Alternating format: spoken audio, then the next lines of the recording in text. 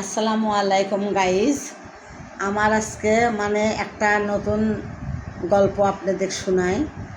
আমার বাসার নাম ভাঙিয়ে কি করেছে মানুষ, এতটা পরিমাণ যে খারাপ হয় এটা আমার জানা ছিল না। আমার পাশের বাসার একজনের নাম করে আর আমার বাসার ঠিকানাটা দিছে, যে বলছে যে ওই বাসায় ভাড়া থাকে বলে। এক গরিব মেয়ে কাপড়ের ব্যবসা করে, তার কাছ থেকে 3টা 3 পিস এবং 2টা বিছনা চাদর নিয়েছে আর বলছে বাসায় নিয়ে যেয়ে দেখে যদি পছন্দ হয় তাহলে নিব, আর যেটা পছন্দ হবে না সেটা ফেরত দিয়ে যাব বলে সে নিয়ে আসছে। আর ও তো আসলে আমার বাসায় ভাড়াও থাকে না, আমার বাসায় তো ব্যাচেলার ভাড়া আছে। আর আমার পাশের বাড়ির যার নাম দিছে তার কাছে আসছে ওরা, যে তার বাড়ির সামনে দোতলা বাড়ি।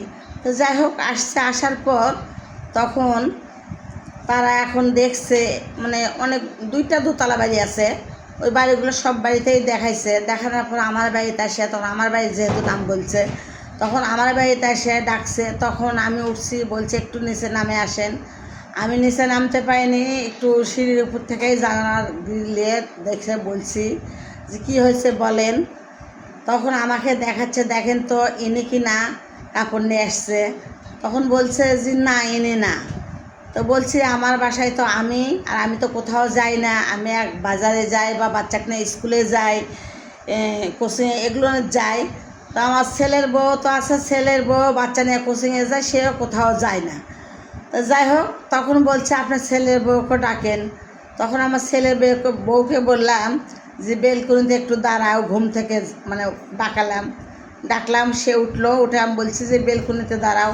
তখন ছেলের বউকে দেখেও বলছে যে না, ইনিও না। তো দেখেন, মানুষ এখনও দুনিয়াত কত বাজে মানুষ আছে, যে মানুষের নাম ভাঙিয়ে মানুষ অন্যের ক্ষতি করে জিনিস কিনে নিয়ে এসে তারা টাকা না দিয়ে এভাবে চিটারি করে চলে যায়। আর কি বলবো, আর এখন কিছু বলতেছি না। যাই হোক, অনেকক্ষণই ভিডিওটা হয়ে গেছে বড়। ভালো লাগলে ভিডিওটা লাইক কমেন্ট ফলো দিয়ে পাশে থাকবেন, আর ভালো থাকেন সবাই। আর আমার কথাটা কিন্তু অরিজিনাল কথা, মিথ্যা কথা বলি নাই। যদি ভালো লেগে থাকে তাহলে ভালোবাসা দিবেন। আল্লাহ হাফেজ।